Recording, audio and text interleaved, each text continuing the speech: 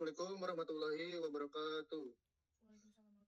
Kami dari kelompok Capoki 3 ingin mempresentasikan tugas desain informasi dan instruksi yang mengambil tempat kolam renang Cigunung. Untuk tugas yang diambil adalah IGD.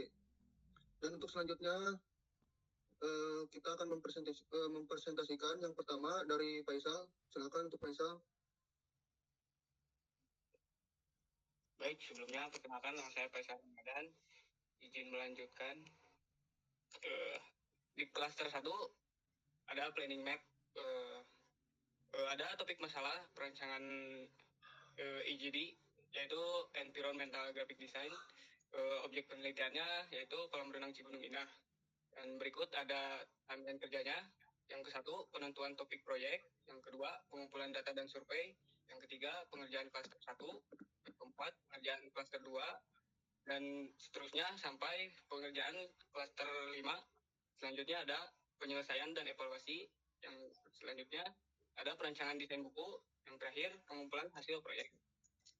Dalam metode ini kita menggunakan metode kualitatif dan menggunakan wawancara dan survei. Untuk toolsnya kita menggunakan Word, Figma, dan Photoshop. Selanjutnya ada profil kedataan. Profil kolam renang Cigunung adalah sebuah kolam renang yang berlokasi di Jalan Sukaresmi RT 08 RW 04 Sukaresmi Cisaat Kabupaten Sukabumi, Jawa Barat. Anak-anak dan orang dewasa selalu menyukai kolam renang untuk berlibur. Kolam ini selalu buka setiap hari mulai dari pukul 7 pagi hingga pukul 5 sore. Dan kolam ini memiliki fasilitas yang sangat lengkap, yaitu ada 13 buah kolam renang yang sudah dilengkapi dengan beragam wahana permainan. Selalu ada tempat duduk di sekitar kolam yang sudah dilengkapi dengan payung atau kanopi. 3, ada toilet atau kamar bilas atau mandi yang jumlahnya puluhan. Lalu ada area resto yang menawarkan konsep makan lesehan di gazebo. Lalu ada area parkir yang sangat luas. Yang terakhir ada les renang juga untuk anak-anak yang berminat. Selanjutnya berikut adalah dokumentasinya. Selanjutnya topik masalah. Topik masalahnya yaitu yang pertama ada akses menuju lokasi. Pengunjung kesulitan menemukan arah menuju kolam renang Cigunung karena kurangnya petunjuk jalan yang jelas. Yang kedua, informasi fasilitas. Tidak ada tanda yang menjelaskan keberadaan fasilitas yang penting seperti toilet, tempat parkir, dan area istirahat. Yang ketiga, ada peringatan bahaya. Kurangnya tanda peringatan mengenai potensi bahaya seperti area licin atau kedalaman kolam yang dapat membahayakan keselamatan pengunjung. Yang keempat, ada kehilangan arah di area wisata. Pengunjung bisa tersesat di area yang luas tanpa petunjuk arah atau rute yang jelas menuju atraksi utama. Yang kelima, kesulitan dalam navigasi. Pengunjung yang tidak familiar dengan lokasi akan mengalami kesulitan dalam menemukan rute terbaik. Yang keenam, ada keterbatasan informasi layanan. Tidak ada tanda yang memberikan informasi tentang layanan darurat atau kontak pengelola. Yang ketujuh, kurangnya panduan untuk pengunjung baru. Tanda yang jelas dapat membantu pengunjung baru memahami tata tertib dan cara menikmati wisata dengan aman. Yang terakhir ada manajemen kerumunan yang tidak efektif, yaitu tanpa tanda yang jelas pengunjung bisa berkumpul di satu tempat menyebabkan kerumunan dan tidak nyaman. Selanjutnya akan dilanjut oleh yang selanjutnya akan dilanjut oleh Rima Mardihia. Silakan. Silakan dilanjut. Selanjutnya ada segmenting. Yang pertama itu ada geografis, seperti wilayah lokal dan wilayah luar kota. Maaf, wilayah lokal. Nggak ada suaranya. Oh iya, maaf. Silakan diulang. Ya. Selanjutnya ada segmenting. Yang pertama itu ada geografis, wilayah lokal, masyarakat yang tinggal di sekitar Sukabumi atau wilayah sekitarnya, misalnya Kota Sukabumi, Cianjur, Bogor. Mereka mungkin mengunjungi kolam renang untuk rekreasi, olahraga, atau relaksi selama akhir pekan. Kedua, ada wilayah luar kota. Pengunjung dari luar Sukabumi yang datang untuk liburan, acara khusus, atau kegiatan lainnya di Sukabumi. Segmentasi ini mencakup wisatawan domestik dari kota-kota besar seperti Jakarta, Bandung, atau Bogor. Yang kedua, ada demografis. anak-anak dan keluarga. Yang pertama, kolam renang ini bisa menarik bagi keluarga yang memiliki anak-anak untuk rekreasi dan bermain air. Fasilitas seperti kolam renang anak-anak dan area bermain air dapat disediakan untuk kelompok ini. Yang kedua, untuk remaja dan dewasa muda. Segmentasi ini mencakup remaja dan dewasa muda yang tertarik pada kegiatan olahraga renang atau berenang untuk kesehatan dan kebugaran. Ketiga, profesional dan karyawan. Kolam berenang dapat menawarkan paket langganan atau kelas renang bagi para profesional yang ingin berolahraga setelah jam kerja atau pada akhir pekan. Keempat, orang tua dan lansia. Fasilitas kolam renang dengan program renang yang lebih lembut atau terapi air bisa ditawarkan untuk lansia yang ingin menjaga kesehatan atau rehabilitasi fisik. Selanjutnya,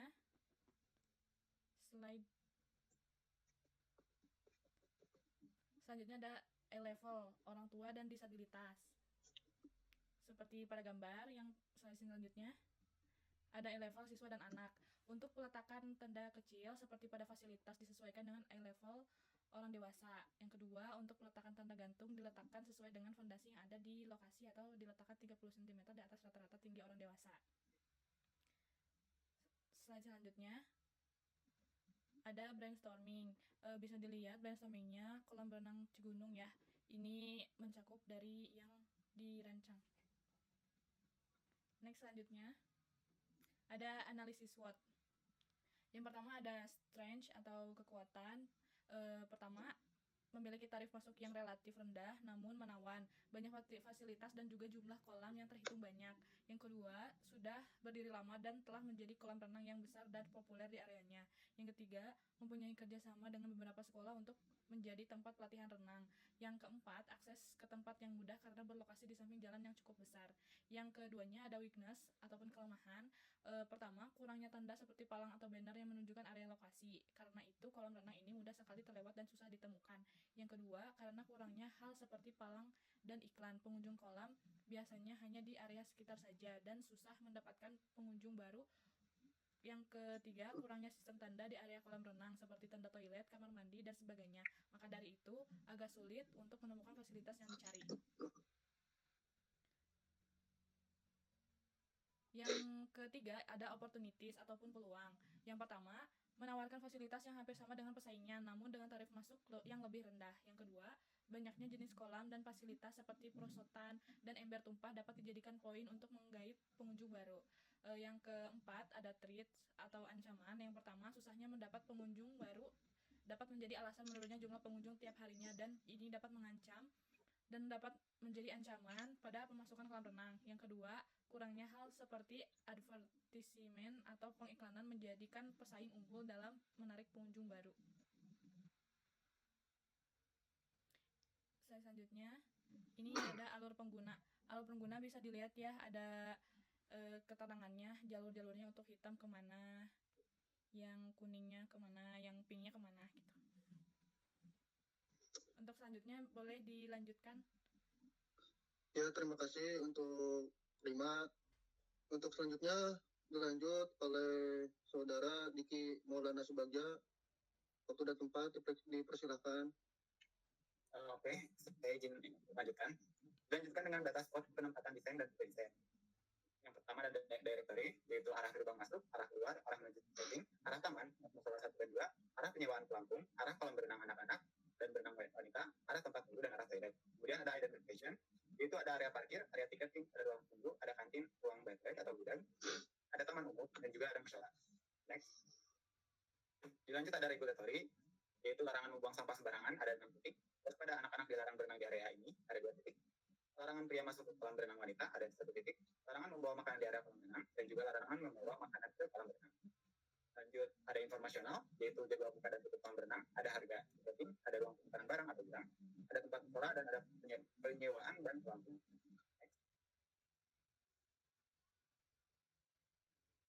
Ada titik implementasi atau kebutuhan kerja. Yang pertama ada area masuk, ada arah masuk, jumlahnya 2, yaitu di wall, dan kemudian ada arah keluar, jumlahnya 2, ada wall, ceiling. Kemudian ada arah loket, ada 1, itu ada fisik standing. Dilanjut ada arah taman, 1, ada 2, arah musola 1, itu wall, ada arah penyewaan dan pelampung, ada 1, itu ceiling, ada arah kolam berenang anak-anak, jumlahnya 1, tipe ceiling, arah kolam berenang perempuan, jumlah 1, tipe ceiling, ada ruang bego, 1, dan tipe ceiling. Kemudian ada yang kedua ada area parkir jumlah 2, banyak ada area loket jumlahnya 1, ada ruang gazebo jumlah 1 tipe wall, ada kantin jumlah 4 tipe ceiling, ada tempat gudang jumlah 2 tipe wall, ada taman 1 tipe wall, ada musola 1 tipe wall, dan ada toilet pria dan wanita jumlahnya 2 tipe wall. Next. Dilanjut dengan ada regulatory. Ada larangan membuang sampah sembarangan jumlah 4 tipe wall. Ada waspada anak dilarang berenang di area sini jumlah 1 tipe wall. Ada larangan pria memasuki kolam renang perempuan jumlah 1 tipe wall. Ada juga larangan membawa makanan di area kolam jumlah 4 tipe wall. Kemudian ada informasional yaitu jadwal buka tutup kolam renang jumlah 1 freestanding. Ada harga tiket jumlah 1 freestanding. Ada ruang penyimpanan barang atau locker jumlah 1 freestanding. Ada tempat musola jumlah 1 freestanding. Ada penyewaan ban atau pelampung jumlah 1 freestanding. Ada kolam khusus wanita jumlah 1 tipe freestanding dan juga dengan kolam renang 1 dengan tipe freestanding. Next. Dilanjut dengan analisis soal tangible dan intangible. Dimana dari tangible, yang pertama itu adalah wayfinding dan signage merupakan komponen tangible yang dipasang di area kolam renang untuk membantu pengguna menemukan jalan. Tanda-tanda seperti arah gerbang masuk, arah ruang ganti, dan lain-lainnya ini memiliki bentuk fisik yang jelas dan dapat diraba sehingga masuk kategori tangible. Kemudian yang kedua ada kolam renang sebagai elemen fisik utama, bisa berupa kolam renang besar atau kolam dengan berbagai kedalaman, bentuk, dan fasilitas lainnya. Kemudian ada toilet dan kamar mandi, fasilitas untuk pengunjung mengganti pakaian dan membersihkan diri setelah berenang. Yang keempat ada locker atau tempat untuk menyimpan barang pribadi pengunjung seperti tas, pakaian, atau barang berharga lainnya. Yang kelima ada tempat duduk dan area istirahat, bangku, kursi, atau gazebo di sekitar kolam untuk bersantai setelah berenang atau menunggu teman. Kemudian ada intangible. Yang pertama itu identitas visual seperti nama kolam renang serta nilai-nilai yang ingin disampaikan melalui perancangan IJD ini adalah hal yang intangible. Karena hal ini termasuk tujuan membangun citra kolam renang. Yang kedua ada pengalaman berenang, pengalaman menyegarkan dan menyenangkan yang dirasakan pengunjung saat berenang di kolam renang. Yang ketiga ada kebahagiaan sosial. Tentu perasaan puas dan bahagia yang muncul dari interaksi sosial saat bersantai bersama teman atau keluarga. Kemudian yang keempat ada relaksasi atau perasaan tenang dan santai yang didapat pengunjung dari suasana kolam dan fasilitas yang mendukung kenyamanan. Yang kelima ada manfaat kesehatan, efek positif dari berenang seperti peningkatan kebugaran tubuh, penguatan otot, dan pengurangan stres. Next. Masih analisis hal tangible dan intangible, dilanjut dengan tangible. Yang keenam itu penanda kedalaman, papan penanda kedalaman air untuk memberikan informasi pada pengunjung tentang kedalaman kolam. Yang ketujuh ada ruang ganti, tempat untuk mengganti pakaian sebelum atau setelah berenang, lengkap dengan fasilitas shower atau wastafel. Area parkir atau fasilitas parkir untuk kendaraan pengunjung yang datang dengan mobil atau motor. Kemudian ada papan informasi, papan yang menyediakan informasi tentang aturan kolam, jam operasional, informasi keselamatan, dan lainnya. Kemudian ada tanda larangan dan tanda-tanda untuk mengingatkan pengunjung tentang keselamatan, misalnya dilarang berlari, dilarang merokok, dan lain-lain. Kemudian intangible, yang keenam ada kepuasan pengunjung.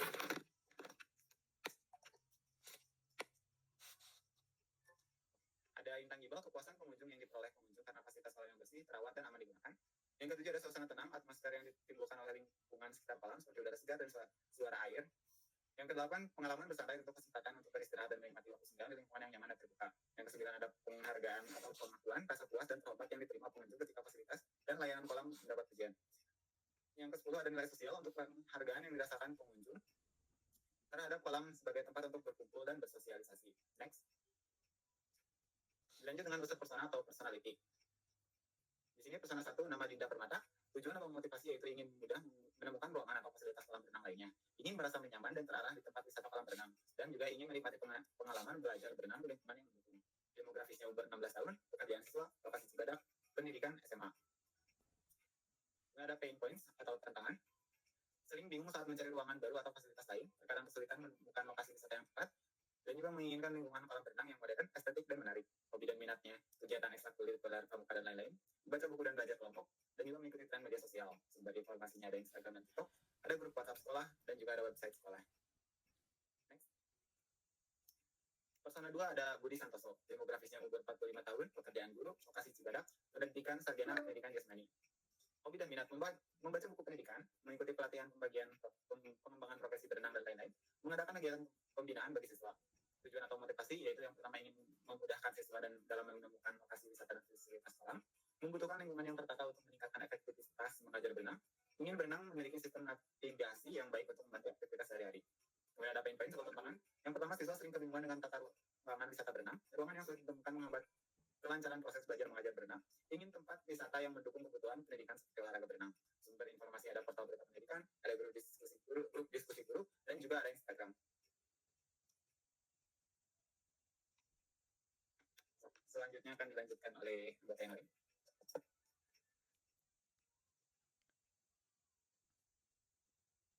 Adik di unmute dulu. Maaf mic-nya. Ya, terima kasih untuk Diki Maulana yang telah mempresentasikan presentasinya. Untuk selanjutnya akan dipresentasikan oleh saya sendiri yang bernama Isna Bagja. Ya, saya lanjut.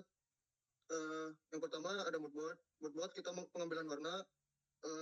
Yang pertama ada warna biru, yang kedua ada warna putih, yang ketiga ada warna abu, yang keempat ada warna krem, yang kelima ada warna coklat, yang kelima ada warna biru, yang keenam ada warna hitam, yang ketujuh ada warna merah.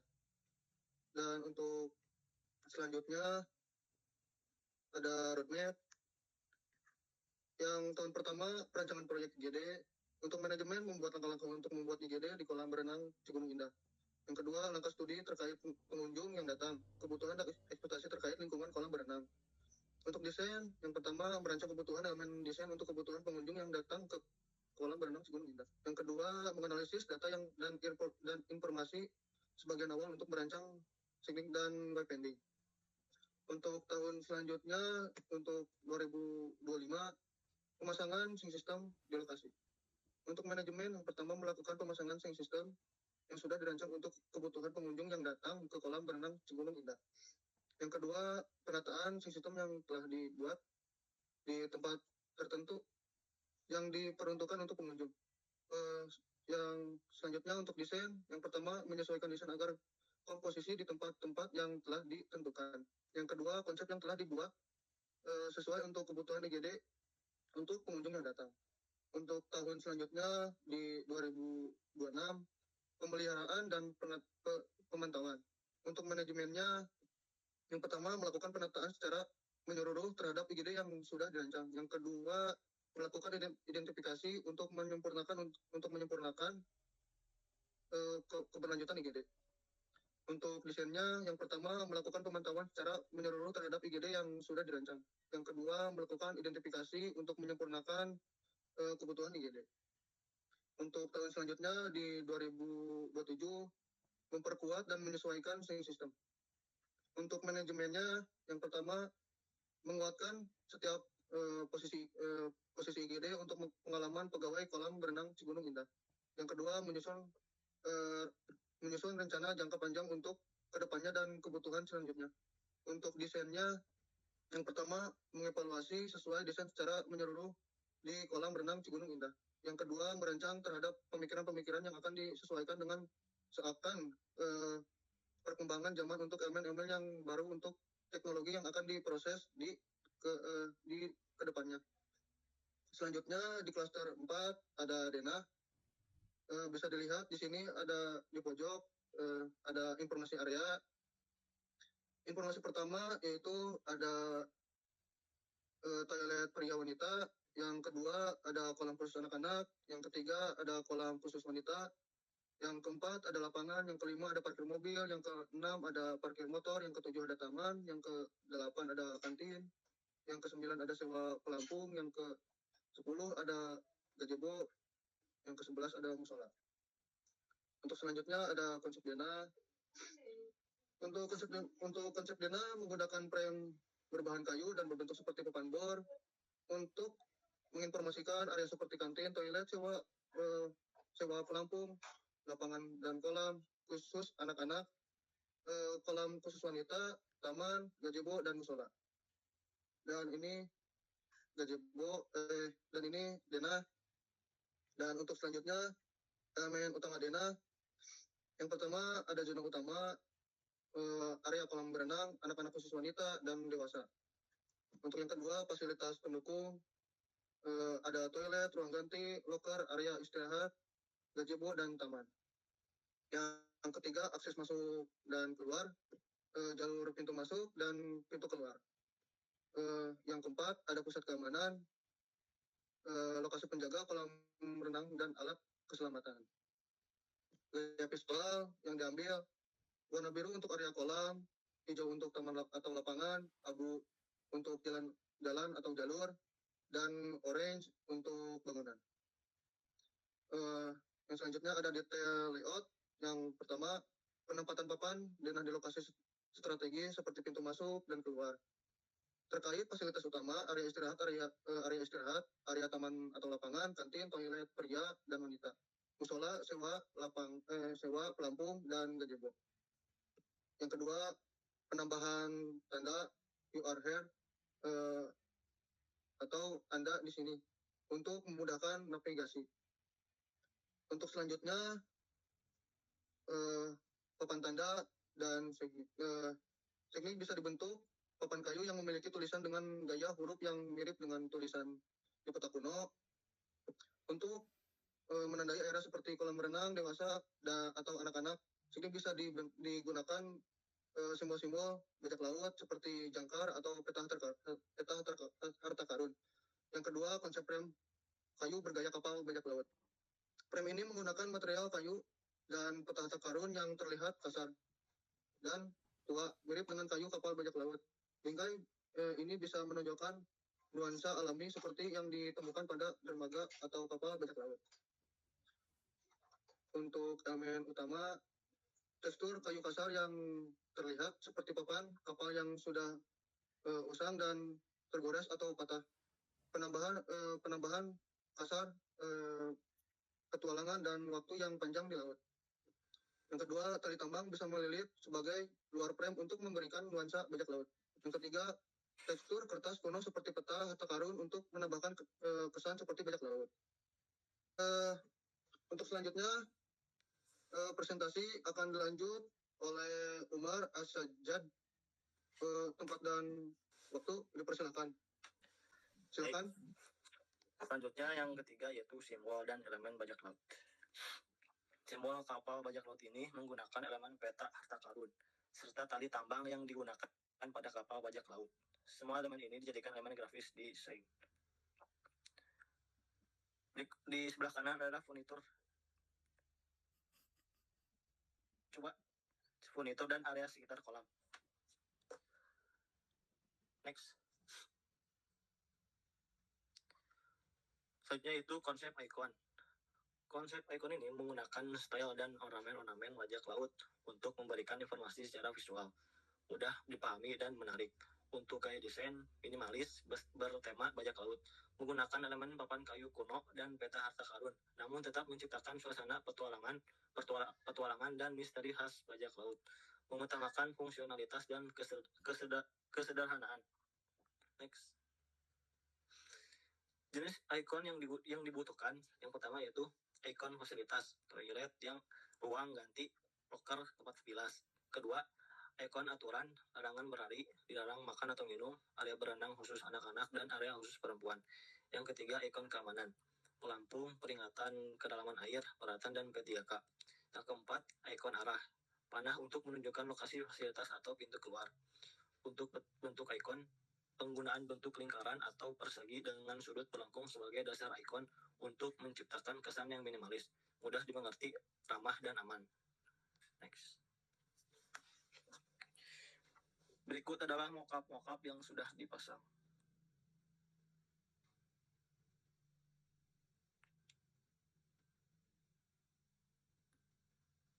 Next.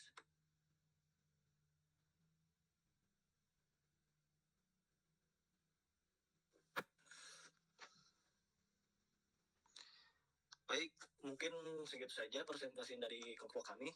Mohon maaf apabila ada kesalahan kata. Wassalamualaikum warahmatullahi wabarakatuh.